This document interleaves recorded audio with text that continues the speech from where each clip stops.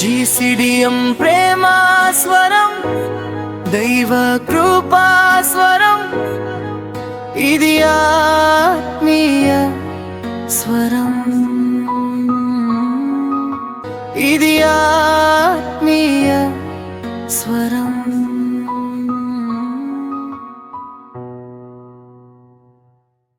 ప్రియులరా, మీకందరికీ శుభములు, సమాధానం కలుగును గాక. దైవకృపా స్వరము అనే ఛానల్కు స్వాగతం పలుకుతున్నా. ఇది ఆత్మీయ స్వరం. ఈ ఆత్మీయ స్వరం ద్వారా మీ విశ్వాస జీవితానికి బలపరచడానికి ఇష్టపడుతున్నా. మరొకసారి మీకందరికీ శుభములు. ఈ శుభదినమున మనం ఈరోజు మాట్లాడాలని అనుకున్నటువంటి అంశం ఏంటంటే ఆత్మీయ వెలుగు, ఆత్మీయ దీపము అంటాం, ఆత్మీయ వెలుగు అంటాం. దీని గురించి మనం మాట్లాడక ముందు చిన్న ప్రార్థన చేద్దామా? కృపగలిగిన దేవా,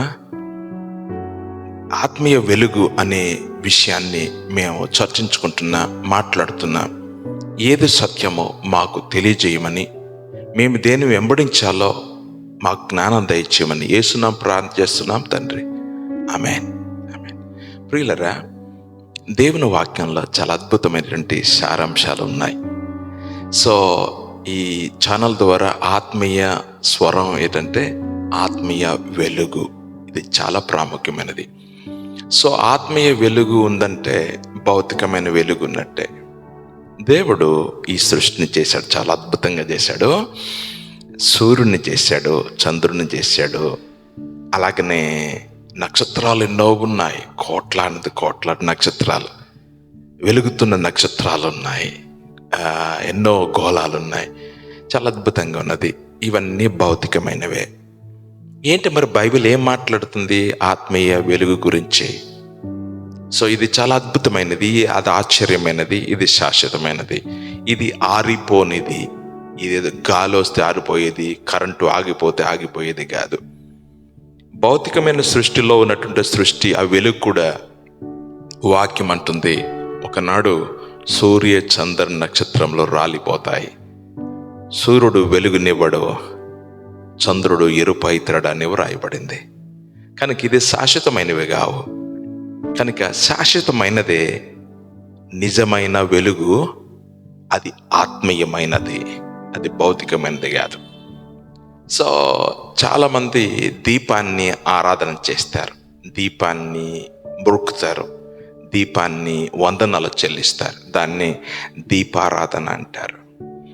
సో వాక్యంలో ఉన్న వెలుగు ఇది ఆత్మీయమైనది.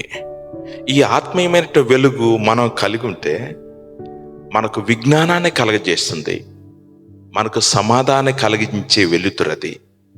భౌతికమైన వెలుతురు చీకటిని ఎలాగైతే పారదొరులుతుందో, ఆత్మీయమైన వెలుగు ఆత్మీయ చీకటిని పారద్రోలుతుంది. ఎప్పుడైతే ఆత్మీయ చీకటిని పారద్రోలుతుందో వివేచన అనేది దేవుడు ఎవరు, ఆయన ఏమై ఉన్నాడో, ఏది శాశ్వతమో ఏది అశాశ్వతమో అనేది అర్థమవుతుంది. ఎప్పుడైతే అది మనకు అర్థమవుతుందో మన జీవితాన్ని మనం కట్టుకోగలుగుతాం. ఇది చాలా అద్భుతమైనది. జ్ఞానాన్ని వెలుగుగా కూడా మాట్లాడతారు. మామూలు అగ్గి దీపాన్ని దాని వెలుగు కూడా అంటాం. కానీ బైబిల్లో మాట్లాడుతున్న వెలుగు ఇది ఆశ్చర్యకరమైనది. ఆ వెలుగు గురించి మాట్లాడుకుందాం. యేసు ప్రభువారు అన్నారండి, ఏమన్నాడంటే యోహాను సువార్త 8వ అధ్యాయము 12వ వచనంలో ఇలా అన్నాడు. ఈ స్టేట్మెంట్ చాలా అద్భుతంగా ఉంది. ఒకసారి ఆశ్చర్యం అనిపిస్తూ ఉంటుంది. యేసు ప్రభు మాట్లాడిన మాటలు 8వ అధ్యాయము 12వ వచనం ఏమంటాడంటే, యేసు అన్నారు, నేను లోకమునకు వెలుగును, నన్ను వెంబడించువాడు చీకటిలో నడవక జీవపు వెలుగు కలిగి యుండునని వారితో చెప్పాను. గమనించండి, యేసయ్య ఇచ్చిన స్టేట్మెంట్ ఇది. నేను లోకమునకు వెలుగును. గమనించండి, లోకాన్ని వెలిగించేదే. నన్ను వెంబడించేవాడు చీకటిలో నడవక జీవపు వెలుగు. ఇది ఆత్మీయ వెలుగు అన్నది జీవపు వెలుగు. ఇది ఆత్మను వెలిగించే వెలుగు. ఇది అంతరంగాన్ని మార్చే వెలుగు.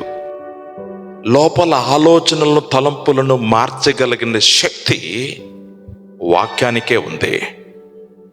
ఆ వాక్యమే యేసు. కనుక యేసు ఏమన్నారంటే, నేను లోకమునకు వెలుగై ఉన్నాను అన్నాడు. ఇది చాలా అద్భుతమైనటువంటి మాట. ఇంకొక మాట నేను మీకు తెలియజేయటానికి ఇష్టపడుతున్నాను.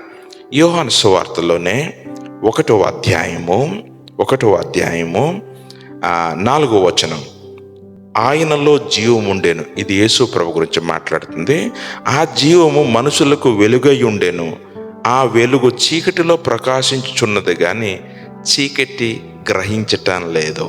చీకటికి అర్థం కాదు. అంటే చీకటి అంటే అర్థం ఏంటంటే పాపము, అంధకారము. అది బంధకాల్లో ఉన్న దురాత్మ శక్తుల చేత పీడింపబడినటువంటి వారి జీవితం ఎలా ఉంటుందంటే చీకటిగా ఉంటుంది, విజ్ఞానం ఉండదు, బంధకంలో ఉంటుంది. కనుక వారికి అది గ్రహించలేరు. ఈ విషయాన్ని యేసు ప్రభు వారు కొండ మీద చేసిన ప్రసంగం నొక్కి చెప్తే ఏమంటాడంటే, 5వ అధ్యాయం మత్తయి సువార్త 5వ అధ్యాయము 14వ వచనంలో ఏమంటున్నారంటే, మీరు లోకమునకు వెలుగై ఉన్నారు. కొండ మీద నుండి పట్టణము మరుగై ఉండనేరదు. మనుషులు దీపం వెలిగించి కొంచెం కింద పెట్టరు కానీ అది ఇంటి నుండి వారికి అందరికి వెలుగునిచ్చుటకే దీపస్తంభం మీద పెట్టుదురు. మనుషులు మీ సత్క్రియలను చూసి పరలోకమందున్న మీ తండ్రిని మహిమపరచునట్లు వారి మీద మీ వెలుగు ప్రకాశింపజేయుడు. ఏంటి వెలుగు? సత్క్రియ, మంచి అంటే సమాధానం కలిగించేది, విజ్ఞానం కలిగించేది, తెలివి కలిగించేది, పరిశుద్ధమైన జీవితం, పరిశుద్ధమైన క్రియలనే వెలుగు అని అంటారు. ఆ వెలుగు యేసులో ఉంది. యేసులో పాపం లేదు. పాపము లేని వాడు యేసు. ఆయన లోకానికి వెలుగై ఉన్నాడు. కనుక యేసులో పరిశుద్ధత ఉంది. కనుక ప్రియులరా, మీ జీవితాలు యేసుకు అప్పగించుకుంటే మీలో ఉన్న చీకటి పోతుంది, మీలో ఉన్న పాపం పోతుంది, మీలో ఉన్నటువంటి అసమాధానం పోతుంది, మీ జీవితాలు వెలిగింపబడతాయి. కనుక యేసులాగా మీరు జీవించండి, యేసును పోలి మీరు జీవించండి, మీరు లోకానికి వెలిగి ఉంటారు. ఎంత మంచి స్టేట్మెంట్ అంటే, యేసు నేను లోకమునకు వెలుగై ఉన్నానని చెప్పాడు. విశ్వాసులు కూడా ఏమన్నారంటే, మీరు లోకమునకు వెలుగై ఉన్నారు. విశ్వాసులైన మనము సంఘముగా లోకానికి వెలిగించేవారుగా ఉండాలని కోరుతున్నాను. దేవుడు మనల్ని దీవించింది గాక. ప్రియమైన యేసయ్య, నీకు వందనాలు చెల్లిస్తున్నాం. నీవు వెలుగై ఉన్నావు, చీకటిని పారదోలేవాడు, పాపాన్ని తొలగించేవాడు. నా చీకటి, నా జీవితంలో ఆందోళన, పాపాన్ని తొలగించి పరిశుద్ధంగా చేయమని యేసు నామములో ప్రార్థన చేస్తున్నాము తండ్రి. ఆమేన్. దేవుడు మేము దీవించును గాక.